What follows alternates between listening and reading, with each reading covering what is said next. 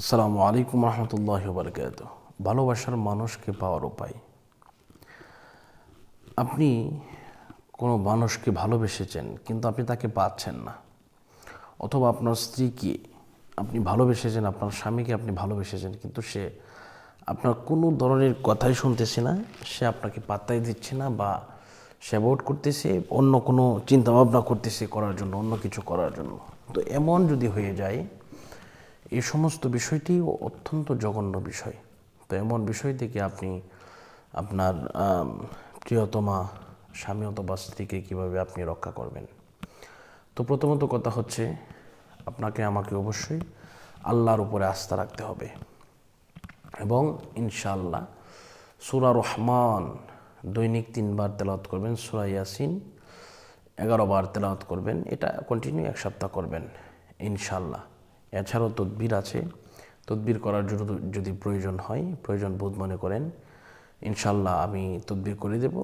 ইনশাআল্লাহ এটা 40 দিনের ভিতরে কাজ হবে যদি আপনার সমস্যা হয়।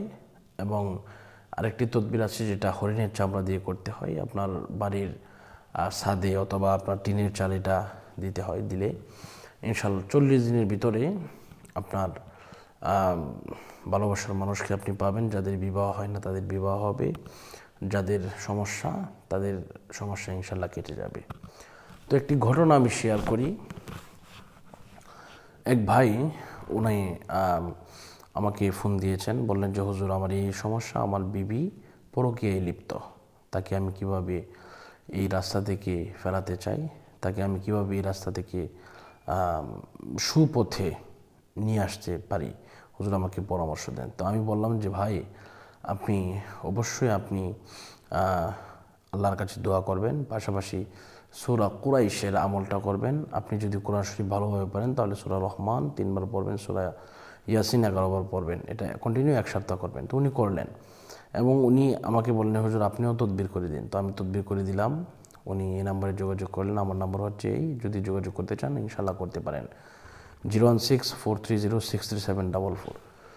তো উনি যোগাযোগ করার পরে আলহামদুলিল্লাহ আমি ওনার তদবির করানোর পরে ইনশাআল্লাহ 40 দিনের আগেই ওনার স্ত্রী ওনার কথায় ফিরে এসেছেন। উনি যেটা বলছেন ওনার স্ত্রী সেটাই মানছেন আলহামদুলিল্লাহ। তো এটা আসলে আমার কোনো কারিশমা না, আমি হচ্ছে ওসিলা, দেওয়ার মালিক হচ্ছে আল্লাহ। এই বিশ্বাস আমাদেরকে রাখতে হবে। অনেকে আছে মাজারে চলে যায়, বিভিন্ন পীরের কাছে চলে যায়, বাবার কাছে চলে যায়, গিয়ে সন্তান চাই বা ভালোবাসার মানুষকে পাওয়ার জন্য এই সমস্ত বিষয়গুলো চাই। তো এগুলো কিন্তু অযথা। তো আল্লাহ পাক আমাদেরকে বোঝার তৌফিক দান করুন। আজকের মতো এই পর্যন্ত বিদায় নিচ্ছি। আসসালামু আলাইকুম রহমতুল্লাহ।